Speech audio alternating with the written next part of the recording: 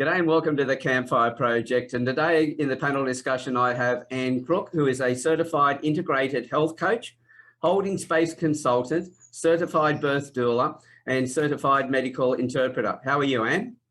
I'm doing great, Alan. Thanks. Great to have you here. And we also have Melissa Dealey, who is an integrated health practitioner, registered health coach, speaker, and podcast host. How are you, Melissa? I'm doing awesome. Thanks, Alan. Brilliant.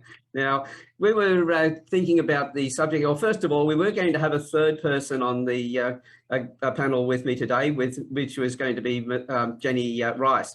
Jenny's just had a call for an emergency, medical emergency in the family. So we're just hoping that everything is going well with Jenny and the family. But the subject we were going to talk about today is mindset. Why it's essential to have a healthy, growing, orientated mindset when overcoming the setbacks of adversity and that we face through our lives, and how to show up with curiosity about those setbacks and cultivate a growth-orientated mindset of resilience, and how that can foster great well-being. Also, how we can create post-traumatic growth, which is a new area of research. Now, I believe that's very much the case. And Anne, you're the one who suggested that we talk about that particular area. So could I ask you to open up the conversation for me? Absolutely, Alan. I love this topic, mindset. This is so important, and we can apply it in any area of life. Now, Melissa and I have a specialization in health because we focus on health and wellness, but you can apply this anywhere in life. So when I say healing mindset, I'm speaking of a growth-oriented mindset. So rather than facing adversity with the question of why me, you know, coming from a victim sort of place, oh, woe is me, it's more coming from how did this happen, from curiosity, not judgment, and how can I use this as an opportunity to become better than ever because of it. So it's actually a message from the body or something happening in my life that something's out of balance, something has been maybe a blind spot that I need to look at more deeply. And then I can find the tools and the resources within myself and with my healing community around me to start thriving again, not just surviving from the event, but actually start thriving again. So.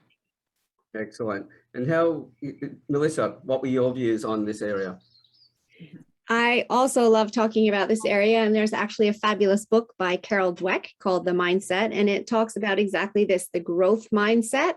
And I can't even remember what she calls the other one, but it's like the limited mindset where you're not moving forward. And the difference in the people are that with the growth mindset, you have this belief that there's unlimited knowledge in the world and no one of us can possibly know it all, right? And so throughout our life, we can always be continuing to learn and to grow and working with others that are mentors to us, etc. Versus that limited mindset of, well, I'm as good as I'm going to be. This is what I was born with. And this is very often that person that has a chip on both shoulders, perhaps takes, you know, your work as theirs, thinks they have to know everything in a meeting, right? And they're afraid to say, I don't know. Well, those words, I don't know, can be really powerful because when you admit, I don't know, you can also say, but let me find out, right? And then there's added learning for you and whoever else that you might be working with in that situation. I feel those words, I don't know, are very dangerous because they just shut everything down. And so when I read that book, I was actually working for someone who very much has the closed mindset, right? And I worked for her for 2 years and it was really, really hard. But having understood the difference between my previous boss of the growth mindset and this boss of the closed mindset, I could at least tolerate it for the time that it took until I was actually let go and paid out a package and then put onto my new journey here to be a health coach. But that having an understanding of this was just so helpful. And it has made me choose and realize that I never want to stop learning. I never want to stop growing, and I can't possibly know it all. And I'm absolutely okay with that. Exactly. As I say, the most important thing you'll ever learn is the next thing you learn after you think you know everything. There you go. You need that mindset because if you feel that you need to know everything, and there's so much knowledge out there, what they say, knowledge doubles every 5 years. So whatever is there today, in 5 years' time will be twice the volume. Mm. There's no way of knowing everything. But, Exactly. but why do you think it is that people hold themselves back with that? They think, well, somebody asks them a question, they don't know the answer, they get self-conscious about it, and they try and either fumble through it, make an excuse that, or try and give an answer which is totally incorrect. Why do you think people do it? Ego. I think it's ego that drives them to want to be in the expert in the room in every single area. But if you go into the room going, well, I'm here, maybe you're teaching or maybe you're at a meeting, I'm here to share what I know. Then there's no pressure to share what you don't know, right? If you go in with that mindset. But I think it's ego. And sometimes that the pressure can be put on you from above. I think in a corporate structure, well, I hired you for this, so you have to know everything about it. And so then that's managing that relationship, right? But if that pressure isn't there, then it's just an internal ego of, I need to prove myself. But who are you proving yourself to? The audience or to yourself in that moment? That's the thing, isn't it? Whether it's to the audience or whether it's to yourself. I know that, at school we were taught subjects and we have to know all about that subject, but really we should be learning about how to learn and find answers to things, which means then we wouldn't have to know everything. So I think there's also the education that we get at school that conditions us for that mindset. And then that fear of being less than everybody else. But in business, one of the things they're telling everybody now is to find the best people you can to be around, because you're the average of the 5 closest friends that you have. They also say that you don't want to be the smartest person in the room. Exactly. But then we've got this mindset that we have to know everything. It's really contradictory. Yeah. And I think it's the shift that's coming. So we're moving away from that mindset of you have to know everything into this place of not being the smartest person in the room and choosing who you're associating with, because that impacts your mindset.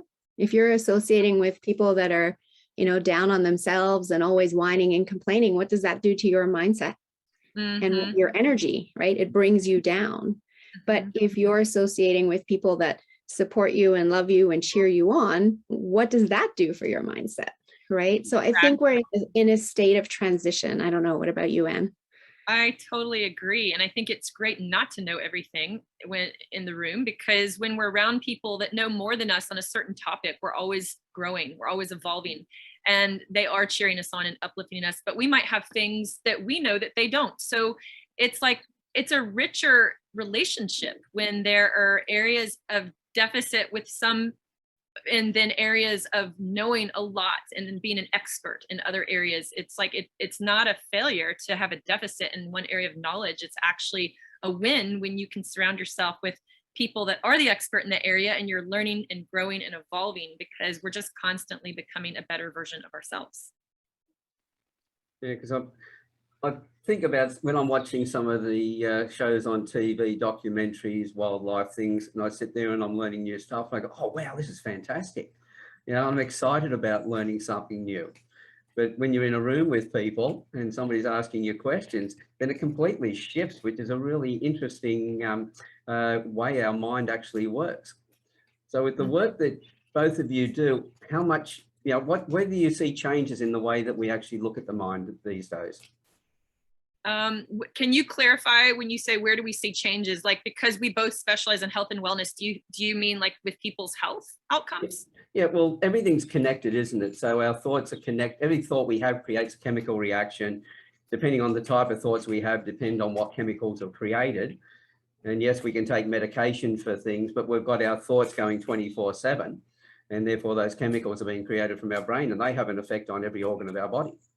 And so that sort of looking into that side of it, the chemical reactions, etc., neuroscience, there's so many different areas when it comes to looking at the mind. But in your own particular areas, what shifts have you seen? Well, I've seen major shifts with people when they're facing a major diagnosis, for example, breast cancer or an autoimmune disease. These are major conditions that need a healing, growth-oriented mindset to be able to thrive. And you absolutely can thrive after any kind of major diagnosis, but you do have to get your mindset on board first. So, and like I was talking about before, in this case, it would be a message from your body that something's out of balance. And so paying attention to that message, and you don't even have to wait until it becomes a major diagnosis, because your body's going to whisper to you before it starts to scream. And so if you plug into those messages and you listen to them, and then you work with a, functional medicine based practitioner, or somebody like an integrative health practitioner like Melissa, certified integrative health coach like myself, that look at it from a root cause approach. So it's not just, why am I having this symptom and masking it with a drug, but it's looking at, why did my physiology create that in the first place? And it's usually what we call multifactorial. There's not one root cause. There are multiple root causes based on your genes, your lifestyle, your stress levels, and even your nutrition that can actually turn on or off those genes. And so it really takes a very thorough assessment to figure out, what's going on in your physiology. But when you have the mindset of like, how am I going to learn from this and grow better than ever? That's going to catapult your progress and really, really propel your healing. I agree 100%. And just from a slightly different perspective, an interesting stat is that 1 minute of laughter boosts your immune system for 24 hours. But 1 minute of anger or fear weakens it for 4 hours. Well, 70% of your immune system is housed in your gut. And so just our emotions and what we're doing with them, squashing them down, etc., that can be negatively impacting the health of our gut and the health of our immune system. And as you rightly said, Alan, we're all interconnected, right? So it can start with that thought can lead to a feeling, an action, or whatever. And then what we're doing with that internally when we're squashing, that's putting stress on the body, that's causing imbalance in the gut when we do it over and over again, because we're killing off good bacteria and having too much bad bacteria. What does that do? What that imbalance in the gut can lead the gut to stop producing the feel-good neurotransmitters that we need. 95% of serotonin is made in our gut. If we then go to the doctor because we're not feeling good, very often they will prescribe an anti-anxiety medication or an antidepressant. But what I would much rather see is have them look at that root cause, like Anne was talking about, what's going on in the gut. And when you work with an integrative practitioner, they can run labs, they can look at what's going on inside your gut, and at the same time, start looking at that mindset. What are the voices in your head saying? We have like between 12,000 and 70,000 conversations with ourselves in a day. And if I were to ask you, if you talked to someone else the way you talk to yourself, would you have any friends? Reality is most people wouldn't, because we beat ourselves up until we become and choose to be conscious about the thoughts that we allow in. And it takes practice, but as you create that awareness and consciousness around it, you can change those thoughts. And those thoughts change your feelings. And those feelings don't need to be squashed. And you're putting yourself into a place of higher energy and better immunity. And then you're not triggering cells to turn on disease. I think that's a really valid point. That really struck home when you mentioned, then would you talk to other people the way you talk to yourself? And I think that's something that people stopped and thought about that. They go, ooh, I wouldn't do that. The question is, well, why do we do it to ourselves? It's when it comes to the integrated side, looking at all areas of your health, it's a little bit the way I look at charities, for instance. We have charities that are doing work for people. We've got more people with problems. We need more charities, and charities need more money. So we're working on the results of the thing, the symptoms, the outcomes, but we're not dealing with the causes. At the same time, you can't just work with the causes, because all the other stuff that's going on then continues. And so you've really got to work in both ends. So while you are getting your medications, if that's what you're on, or your integrated health, alternative health, and applying that, you've also got to be working on, well, where's it all coming from? And that feed is coming from the mind. Right, because you can put so many medicines in, or even natural healing protocols, but if you don't actually address the root cause, then you're going to end up back where you were at some point, right? So you absolutely have to address all of it. And I'm not going to say that it's easy, but it's completely doable, right? And that's where working with a coach is really helpful, because then you're showing up to work with someone who's got your back, right? And that when we're in the mess ourselves, it's really hard to find our way out, because we're feeling alone, and, you know, maybe going to Dr. Google for whatever is going on, and there's too much information. You know, I had a client call me this morning in a complete panic over something, because she'd been reading on the internet all the things that can go wrong with a detox. And I'm like, but you're not doing those detoxes, you're doing my detox. So I'm just going to ask you to stop reading the internet and then breathe.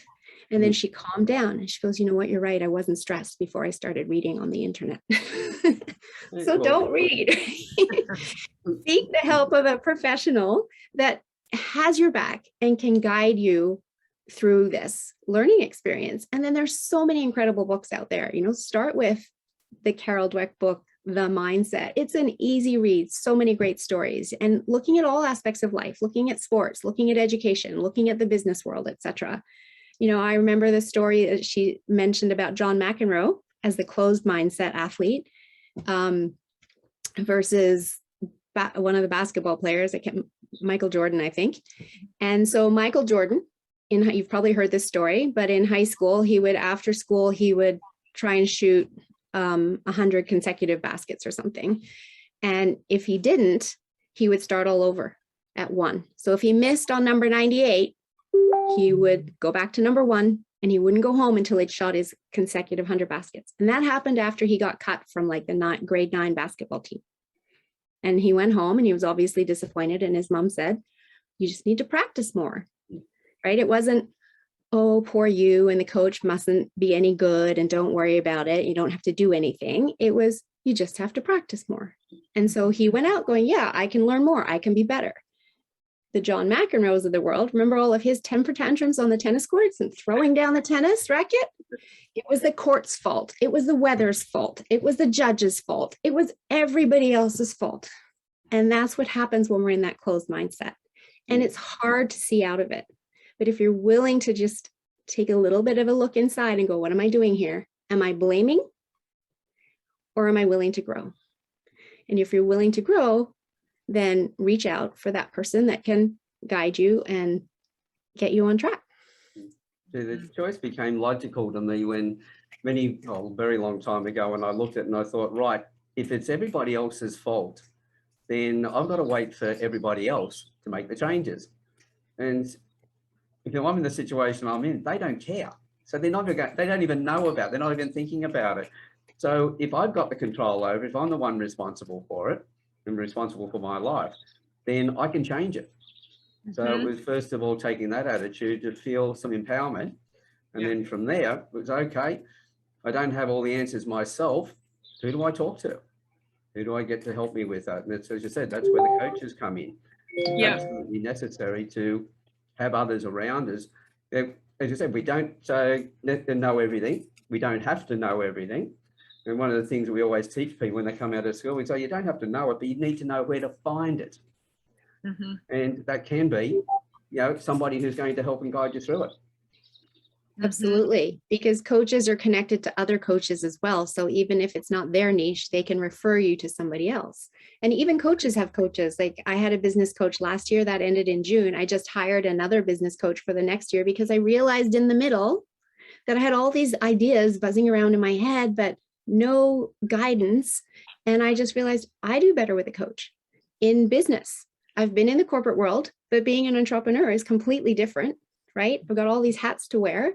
I know my health coaching stuff, but I need help over here. So I have a coach to help me progress my business more quickly and then be able to help more people. That's it. And the coach changes depending on what your needs are. Absolutely. I'm going to my 70th year or I am in my 70th year, and it's a case of, I've still got coaches, always will have coaches, because whatever I take on new that I don't know, I can struggle and try and learn it and waste a lot of time, or I can find somebody else who's been through that and guide me through it.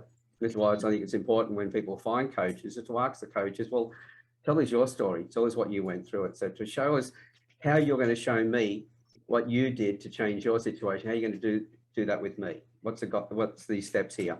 And in that way, I then have trust in that person. And I can hand it over to them, because how many times have people, you know, with work or any other thing, they've been told something, they think this is great, they go home and the person over the back fence tells them, oh, that's no good, it won't work. It's the same as what you were saying about reading things on the internet. Who wrote the stuff that's on the internet? Where's their expertise? Where's their background? Exactly. And you got a professional here next to you who can show you the proof of the work that they've been doing, the people they've helped, the reviews from those people, all the positive stuff there, that we believe somebody who knows nothing about, who's got no credentials that we can see, and we believe them over the others. So it comes back to, it's got to come back to our mindset. Why do we want to hold ourselves back?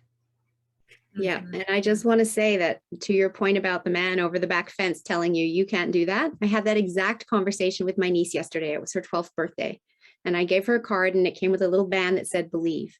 And I said to her, you're going to do great things in this world one day. And don't let anybody ever tell you that you cannot.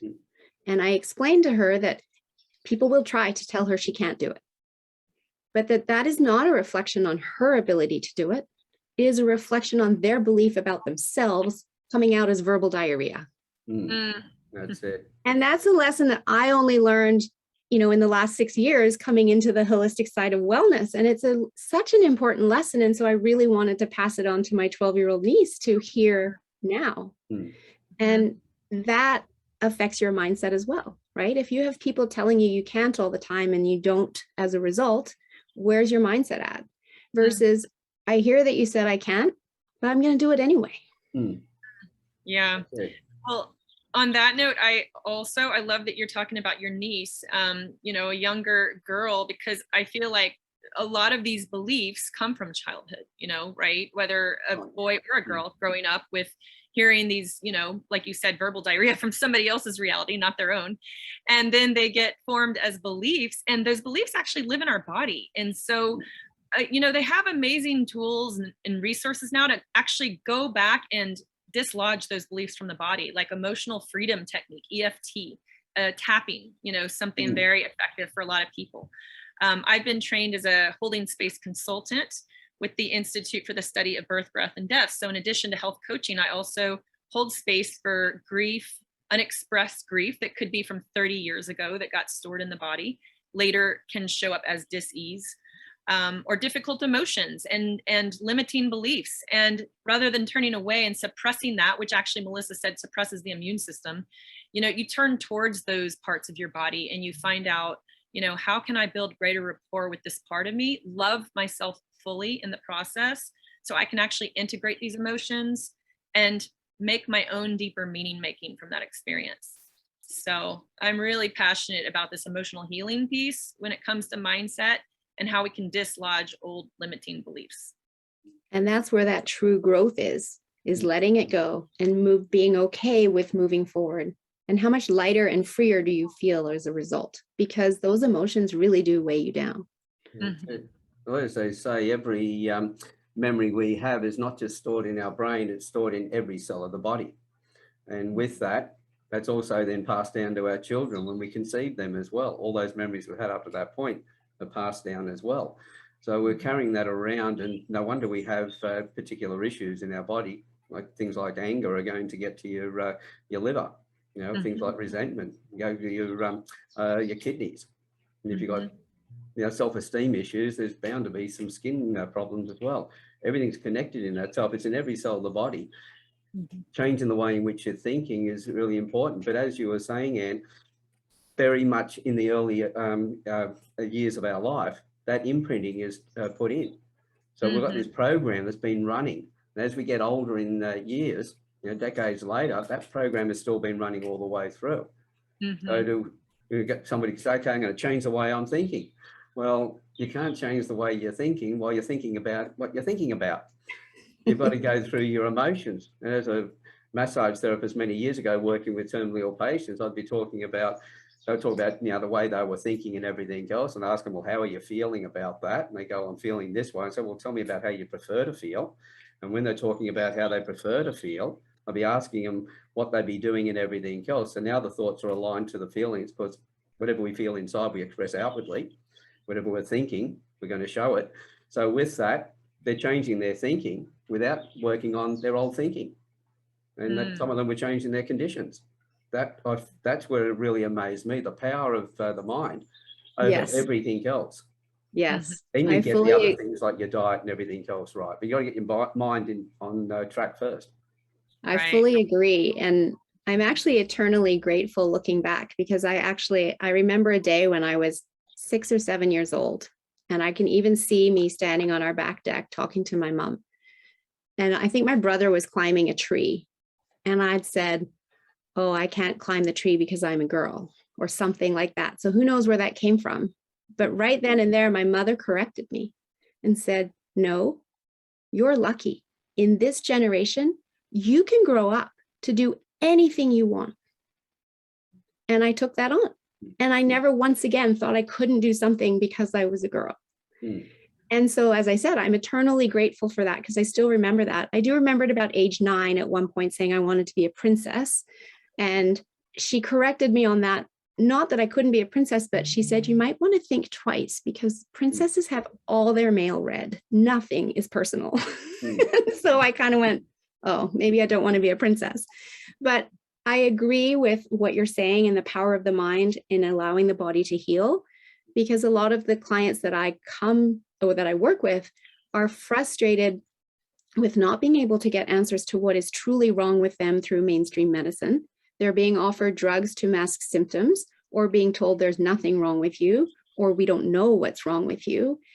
And so in their head, they're figuring, well, I can't get better because they don't know what's wrong with me, or there's nothing wrong with me, and they're telling me it's all in my head. And so they don't have the belief that they can heal. So when I start working with them and go through how I work with them and can run lab tests to show what's truly going on inside, they take on my belief that I can help them heal. And the beautiful thing about that is that as soon as they start the protocols, their body starts healing. And inside 3 weeks, they're noticing improvements. And then they have their own belief built on that. But the belief has to come first. If you don't believe you can heal, you're not going to heal. That's it. And unfortunately, that's the mainstream medicine isn't looking at that, isn't supporting that side of it. And so people aren't healing because they don't believe they can heal, because that's what they've been told. I know people that have been told you're going to have this for the rest of your life. And it doesn't have to be that way. Right. Yeah, it's so good. Go ahead. Well, it's just so important to take an integrative approach, because like Melissa was saying, if your mind's not on board and your mindset's not on board, you're not going to heal. You're not going to heal. And I like to say it's important to even reignite the spirit, the spiritual aspect of healing as well, or the soul, whatever you call it. It's, when you've got your body, your physiology, and your mind, your mindset, and your spirit is ignited, something that, empowers you or inspires you about healing, that could be where the spirit comes in. When all of that's coherent, working synergistically, that's when real healing and transformation can happen. And they call it a miracle. Well, it's not really a miracle. It's that everything's coherent, everything's lined up for the healing and the transformation to happen.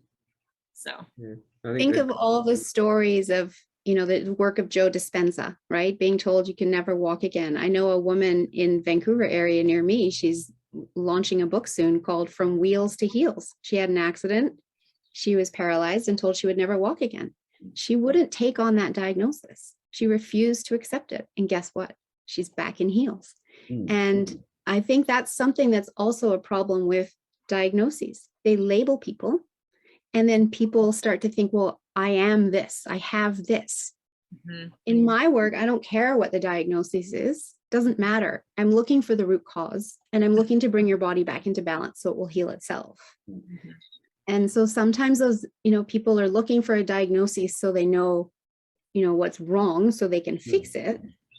But that label can be a problem for people. And what people are told has a massive impact on them as well. I worked with a couple who, she had endometriosis and lupus, and they were trying to fall pregnant. They'd been to IVF several times, and of course they were told there that there's only a certain percentage of chance of this working. Well, 5 or 6 times they went, no results. When they came to me, and I was a massage therapist, and I'd take them through an NLP process first of all for about an hour, and then I'd put them on the table with oils and sound and everything else. And about 3 months later, she fell pregnant. And so that was quite unheard of. It was quite funny because the husband used to then introduce me to other people as a man who got his wife pregnant. And people would look, and then we'd have the conversation after that. But it was the power. Yeah, it was the power of things, because, and I use a little bit of similar things as well. I'd said, something you've noticed, like you said, I've seen all these cars with ASP as the number plate, the beginning of the number plate. And they must have been just put out through the registry at that time, and a lot of cars had it. And I said, ASP, I said, that's a little bit like a snake. And then we started talking about the egg and the sperm, what they look like and everything else, the doctor's symbol and all the rest of it. And that got a mind thinking, and they changed the way they were thinking. They weren't pushing now to fall pregnant. And when they took that pressure off themselves, and they had a belief that they just fell back in love again, they were focusing on their relationship. So their thoughts had changed. They were no longer all this depressing thoughts about, I can't fall pregnant, how are we going to do this? To just getting back into that state of talking about the way they felt about each other. Next thing you know, they were pregnant. Yeah. And I know a lot of stories like that, when people take the pressure off themselves and just, if you can live in that place of realizing that everything happens for a reason and I'm exactly where I'm supposed to be.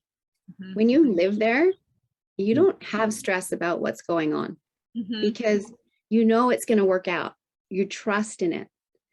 Yeah. And when we remove the stress from the body, guess what? You're much more likely to get pregnant because your hormones are going to come back into balance. When you're highly stressed and in that chronic stress state, your hormones are out of balance. You're not producing progesterone.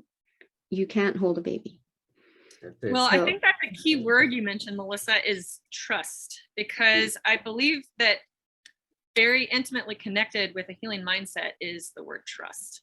Because when we're in a trusting state, even though the great health hasn't shown up yet that we're working towards, or whatever the life goal is, when we're in a trusting state and relaxed and calm, like a calm sense of knowing inside that all is well, the body heals if it's a health condition, or whatever the goal is that you're aspiring to, it's going to come, because we're living not just from a healing mindset, but from a mindset of abundance versus lack or fear. So I love the word trust, because I think that's a huge part of this journey. I agree 100% with all of that. And it can be hard for people to trust initially. But again, if you have that growth mindset and you're open to the idea of it, and you are working with someone that can guide you through so that you're trusting in someone who knows what they're doing, then everything does work out, because the reality is everything is happening for a reason, and we're always exactly where we're supposed to be. Exactly. The words we're using, as you say, I don't want to be this, or I don't want to be that. It's an away from motivation, and we're still concentrating on that, so we get more of what we focus on. But when we look at, well, what do I want? It's like, as I was saying, when I worked with those people, and they talked about how they really wanted to feel. And I said, well, describe it, how you felt like that before. So it's hard to say to anybody, well, I want to feel this way if you've never experienced it in your life. So they're now talking about something they've experienced. They're talking about what they've liked and when they've done it, who they were with. And this is where I used all their 5 senses and go, what? Tell us about who you were seeing, what you were hearing, what were you feeling, what were you tasting, what were you smelling? If they said, well, I love walking down the beach, I go, well, tell me about that. Where's the sun coming from? What are you hearing? What can you smell? And they just link their feelings with their thoughts. And that immediately changed their thought process, which automatically changes the chemicals. Yeah, and exactly. As they build that, as I say to people, build that light at the end of the tunnel where you want to go so big and focus on that. As I say, it's hard to remember that your initial goal was to drain the swamp when you got alligators biting at your backside. So if you focus on the goal, the alligators generally turn into tadpoles because they're not as big as they were. Your goal's bigger than that. And what you focus on, you get more of. So the vision, it's actually, the vision is pulling you forward versus looking from your past and identifying with that's who I am. It's more of like creating a vision of what you aspire to be and feel like, you know, I want to feel good in my body every day. And, you know, and so you have this vision, and then you get a coach or you get a practitioner, somebody that can help hold that vision with and for you. And then that starts to pull you forward, and that starts to have greater power than your past. But I love how Melissa and both of you all mentioned how important it is to work with somebody, because, you know, when you're in a place of overwhelm and you're feeling like crap, it's very hard to actually just get into a mindset of abundance, right? And so sometimes when somebody else can hold that for you, and then you can actually grow into that where it actually becomes your own feeling, you know. But it's so important to reach out for support and not beat up on yourself if you don't have that mindset of abundance and growth. You know, if you're not feeling it, that's okay. We all get stuck. But the first step and the most powerful step is to reach out for support when you're in that place. That's it. Because if you just I agree with. Go ahead. Sorry, I was just going to say I completely agree with creating the vision, because you actually first have to have the thought that creates the feelings, that triggers the actions, right? So you can't be who you want to be down the road without really envisioning it. So that you are creating those feelings, and that has you take action. And when your why is bigger than your fear, you become absolutely fearless, and you can step right into that. You know, it's going to still take some time, but you can be on that path. And something else with that too is that ultimately everything is a choice.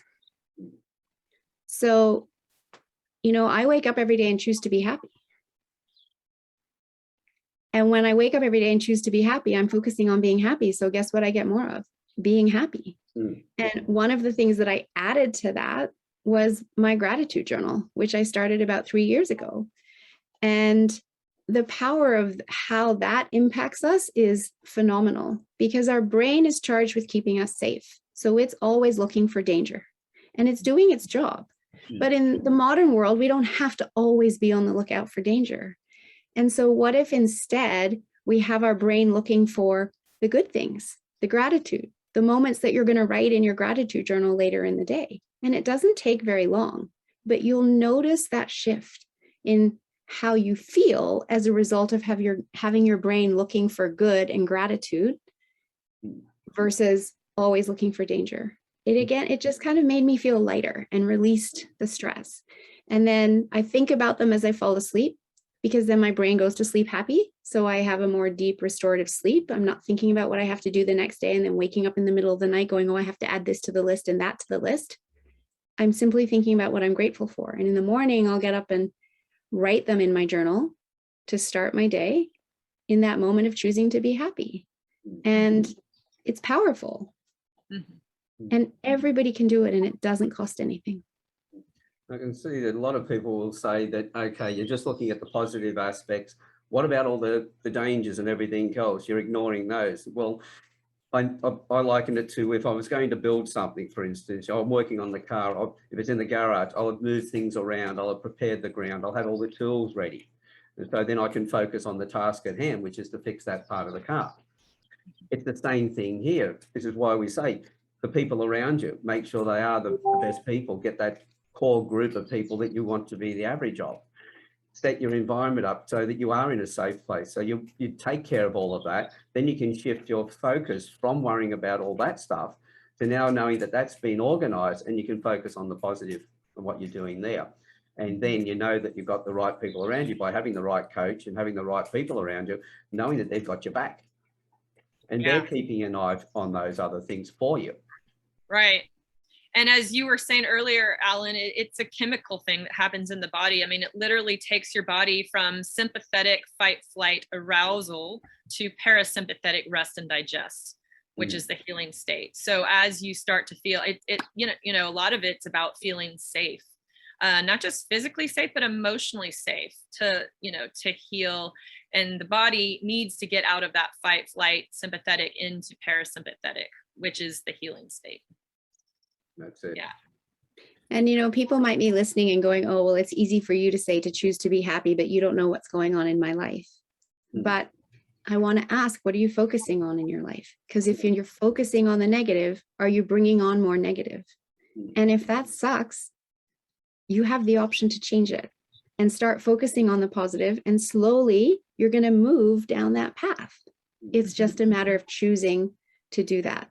And I know it can be hard and it can feel hard, but that's when you get somebody that can support you through it, because it absolutely can be done by every single one of us. That's it. I think the important thing there is that if people say, well, if that's all right for you to say, then first question I've got for them, is it that you really want to change your life?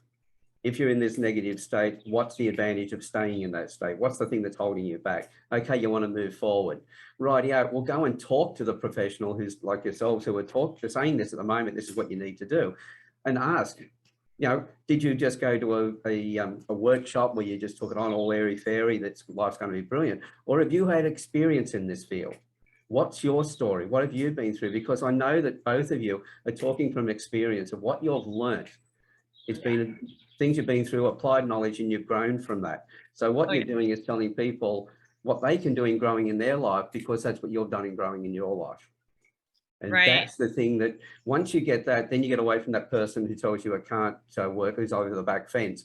And I think all of us have got somebody like that over the back fence inside us, telling us that we can't do it, that it's okay, they had an easy life or whatever. I don't know that other person's story until I sit down and ask them, well, you're saying I can do this. Tell us what you did. Tell us your story as well. Because then if I can liken myself to that and I go, my God, you've been through a few things as well. And what did you do at that point? I'm asking questions of them and learning from that and moving forward all the time. I'm focusing on, I want to be the best version of myself in my health and everything else. It's not that I want to lose weight. It's that I want to be the healthiest I can possibly be. If I do that, then the weight is going to be right for me, whatever that happens to be. Right. Instead of it being some arbitrary figure, I've got to lose so many pounds or kilos.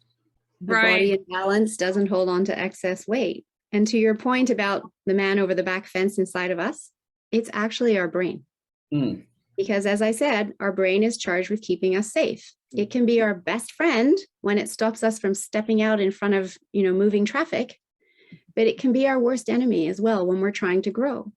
Because our brain likes to keep us in our comfort zone. Yeah. It knows that it can keep you safe there because you're there and you're alive. And when you start to do things differently, it knows that, it sees that. It could be changing your diet because you're trying to be more healthy. It could be starting, a new exercise regimen. It could be anything that you're starting new. Your brain notices it. And it will start to send you messages. Hey, you may not want to do that. Getting up this early to go to the gym, I'm kind of tired. I think you should stay in bed. Or you don't even know what you're doing with this new diet. These recipes are hard. Maybe you should just go back to what you were doing before. I mean, everybody's heard those voices in our head, but it's the person that recognizes that we don't have to let our brain control us. We actually need to be in control of our brain and talk back to our brain. And it is absolutely okay to do that. Yeah. And, 100 years ago, you might have been put into an asylum for talking to yourself, but I actually teach it to people now as one of the healthiest things you can do, because we have to be in control of our brain. It's a case of being able to say, look, thank you. You've looked after me all this way through, but this particular situation, I've got it. I'm okay with this. You take care of the things that are important about my safety and that, but these things, this is something I need to try. Let me do it. You've done your bit. Thank you very much. Exactly. I'm talking to myself all the time. So I'm quite used to it. I would have been locked up many years ago if people heard me. But I'm happier and healthier than I've been before. But I feel that, I've got a few aches and pains from things that I've developed over the years, because I have abused my body with different sports and other things. So you wear some of that. But as far as the emotional side of things, I'm more balanced than I've ever been. I feel I'm getting better every day as well, because I have changed that mindset. I've looked at it and thought, right, these things I don't have to worry about. These are the things that I really want to do, and this is what I need to focus on. And these are the people I need around me to help me do that. As we've seen in the Campfire project, I'm no longer doing everything myself. I've got so many great people in here who are running one-on-ones and panel discussions and, you know, running Zoom rooms and other things. And, you know, it's becoming a global community. So all of a sudden we've got all these people working together. And I think, wow, this is a beautiful way of running your life. Yeah. Yeah, I really want to speak on mental health as well, because I just did a fabulous panel discussion with several other members in the Campfire Project about this topic and how important it is to just ditch the stigma around mental health, because when we speak out, we come together, we heal as a community. And so if somebody watching this is struggling with depression or anxiety, you know, it's not that easy to just switch into a healing mindset or a positive mindset, right? It can be very debilitating. And I know personally, because I've overcome depression myself through an integrative approach. So I know how debilitating that can be. But there's always hope, and there's always a deeper root, not just one cause, but usually several root causes. And when you get the support of an integrative practitioner and you get a team on board, not just one person, but a team on board, and then you start speaking out as a community, you see how common it is in our world today, especially in COVID, so many people struggling with mental health. You can absolutely overcome those challenges and start thriving again. I know personally, firsthand, you know, what that is to go from that place to really be thriving again. So. Absolutely true. The more that you're able to get the young people around you, you'll find that most people, when you're talking to them, do care. With those that have a little bit of an issue with it, it's all about their own feelings about themselves that they're not addressing. And by talking to you, that may bring it up with them. So it's a case of realizing that they're in the same boat. So it's not, if you think, oh, I can't tell people about this because what will they think of me? It's more about what they're feeling about what you've said, that they're feeling inside themselves, that they're finding it difficult. And we're finding that people who are working through things, we're having the right people around them, now want to help other people work through their things as well. And that's the thing, is just find the right people. And as you said, you know, holding space for people is so important. If you're able to do that, and look for people who can hold your space, but also you go, well, you know, I feel like if everyone's been helping me, well, pass it on. Yeah, exactly. Pay it forward. And I love what you're doing, Alan, with the Campfire Project, just building this global platform of a safe community where people can come together all over the world and talk about, you know, what are the things challenging us right now as humanity, and how can we build a community so we can actually talk about these things around the campfire. I love the campfire. And just talk about it and find common solutions. So, you know, we can live in a global community. That's it. Yeah. Okay. And I love the idea of the coming together. So many things, it's always just us against them. And it just doesn't have to be that way. It really doesn't. And again, if that comes from an open mindset to, you know, understand all sides of what's going on, then we have that growth for both sides and we can connect. And it doesn't have to be polarizing. So in wrapping this up, would each of you have you know, something that in particular you'd like to leave everybody to think about? Anne, would you have something there? Well, if you are struggling with your health, and especially with mental health, there is always hope, and there is always a deeper root cause of why your body is sending you a message. And so when you come at that situation from a voice of curiosity versus judgment, that's a very first powerful step forward. It's getting curious. You know, why is my body creating this dis-ease? I like to call it dis-ease because it's not being in ease and flow with life. And so how can I get the tools and knowledge and the support to empower myself so I not only get through this difficult experience I'm having, but I can actually come out on the other side better than ever because of it. And then I can go pay it forward and inspire other people. That is our collective humanity, you know, that is coming together for a greater purpose, as I call it. And I love the fact that we have this ability with technology now to have these discussions all over the world. It doesn't matter where you live. We all have different perspectives we bring to the campfire, and we can all learn from that. So. Excellent. Thank you. Melissa. My message is simply that it isn't going to happen tomorrow. But if you start today, at least it happens versus it doesn't happen at all. So it's just get started, take the first baby step. And that first baby step will lead to the next baby step and the next baby step as you start to learn how to talk back to your brain, how to allow your feelings to move through and be released, how to laugh and boost the health of your immune system, etc., etc., etc. And you know, when you try to do it alone, it can feel really hard. So don't. Get started, reach out, and 3 months from now, you could be an entirely different person.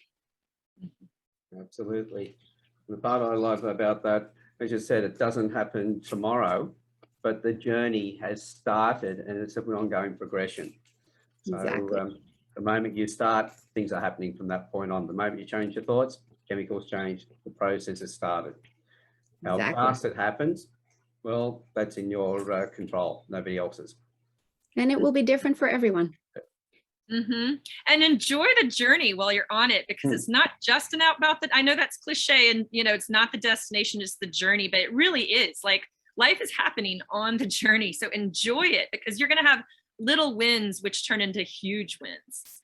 And so, you know, notice all the blessings that are showing up on that healing journey, whatever it looks like for you. And is the journey ever really done? It isn't if you have a growth mindset. That's it. That part that you set in place may get to that point, but that will then, leading up, that will stimulate something else. So there's a new goal, a new process. So when we look at it later on, we can't see all those little spots. We can just see the whole journey. And we go, my God, did I travel that far? Yeah. And yes, you absolutely did. Exactly. Okay. Well, Anne and Melissa, thanks very much for being here today and for sharing your knowledge with everybody. Thanks you for so having us. It's been my pleasure. It's been my pleasure too. And hope everyone got a lot out of this. Both Anne and Melissa's details are there. You can find them through their Facebook pages, but also we'll put their links in the notes as well. And just remember, you don't have to do everything on your own. There's a lot of people out there who want to share, not just help, but want to share as well. And that's the whole thing. It's not just, I've been through this, I'll now pass on to somebody else. It's that continual journey for all of us as well, and everybody that you talk to who wants to help you. So again, ladies, thank you very much for being here. And to everybody else, we will see you on the next Campfire. Bye for now. Bye.